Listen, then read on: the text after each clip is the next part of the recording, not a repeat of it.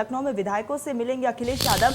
21 मार्च को निर्वाचित विधायकों के साथ ये बैठक के कई मायनों में बैठक खास से आगे की रणनीति पर चर्चा की जाएगी।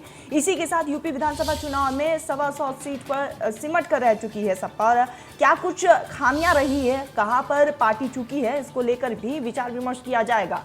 तो आगे की पार्टी की क्या कुछ रणनीति होगी, इसको लेकर चर्चाएं होंगी। और ऐसे में जिस तरीके से समाजवादी पार्टी ने दावा किया था अपनी जीत का, तो कहीं ना कहीं वो जो दावे हैं वो फेल होते नजर आ रहे हैं। क्या कुछ कमियां रह गई है, किस तरीके से पार्टी को और मजबूती के साथ काम करना चाहिए था, इसको लेकर भी आज चर्चाएं की जाएंगी। तो आगे की रणनीति क्या होगी पार्टी की तरफ से, इसको लेकर विचार विमर्श होगा।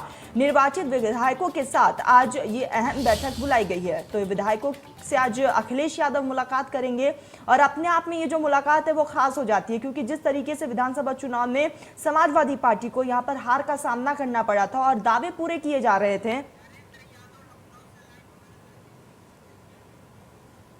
तो हमारे साथ हमारे सहयोगी नरेंद्र यादव जुड़ चुके हैं। नरेंद्र, आज का दिन खास क्योंकि समाजवादी पार्टी के मुखिया अखिलेश यादव यहां पर मीटिंग करने जा रहे हैं। पार्टी कहां पर चूक गई, इसको लेकर चर्चा की जाएगी।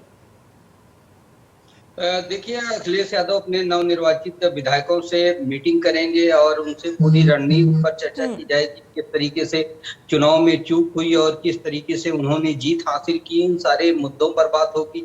साथ ही जिस तरीके से समाजवादी पार्टी दावा कर रही थी उत्तर प्रदेश में 300 के पार जा रही है, एक बड़ा आंकड़ा जनता के सामने रखा गया था और उसको पाने में नाकाम रही है। उन सारे मुद्दों पर अखिलेश यादव सीधे विधायकों से बात करेंगे और जो सीटें हारी हैं उसको लेकर भी मंथन किया जाएगा। समाजवादी पार्टी के तमाम पदाधिकारी भी मौजूद रहेंगे, उनकी मौजूदगी में यह बैठक बुलाई गई है और निश्चित तौर पर इसमें आगामी लोकसभा चुनाव को लेकर अखिलेश यादव ने ट्वीट किया था कि अब हमें 2024 के लिए तैयारी में जुट जाना चाहिए और जो जीत हुई है इसको लेकर के भी काफी उत्साहित हैं अखिलेश यादव कि उनकी सीटें 50 से कम थी, अब 100 से ऊपर आ गई हैं और जो गठबंधन के सहयोगी थे उन्होंने सीटें जीती हैं, लेकिन जितना अपेक्षा की थी और जितने दावे किए जा रहे हैं उससे काफी कम सीटें हैं। तो समाजवादी पार्टी मंथन करेगी कि आखिर जनता ने उनको स्वीकार क्यों नहीं किया और कहाँ कमियां रही। जो वादे किए गए थे जनता से, जो घोषणा पत्र था समाजवादी पार्टी का, उस पर कितना जनता ने विश्वास किया और कहाँ पे खामियां रही, कहाँ पे फेल हुए हैं। टिकट बंटवारे को लेकर भी चर्चा चल रही है। ओम प्रकाश राजभर जो उनके सहयोगी हैं, साथ में गठबंधन था, उन्होंने भी आरोप लगाया कि कहीं ना कहीं टिकट बंटवारे में भी गड़बड़ियां हुई, जिसकी वजह से कुछ सीटों पर उनको नुकसान उठाना पड़ा।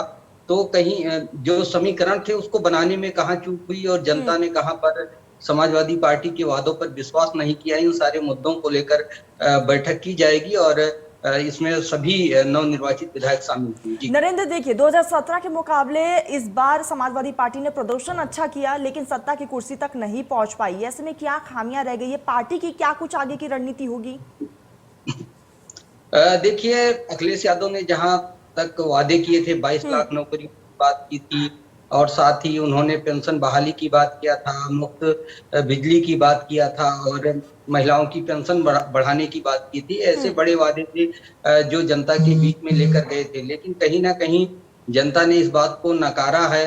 इसी का नतीजा है कि जो उम्मीद थी कि 300 पार जाएगी समाजवादी पार्टी, वो पार नहीं कर पाई है। और भारतीय जनता पार्टी ने भी बिजली मुफ्त करने का वादा किया था, राशन वितरण चल रहा था। तो ऐसे में कहीं ना कहीं जनता ने भारतीय जनता पार्टी पर ज्यादा विश्वास जताया और इसी का नतीजा है कि भारतीय जनता पार्टी एक बार फिर बम्पर जीत के साथ उत्तर प्रदेश में सरकार बनाने में कामयाब हो गई। तो दूसरी तरफ टिकट बंटवारा एक बड़ी चुनौती थी गठबंधन के बाद।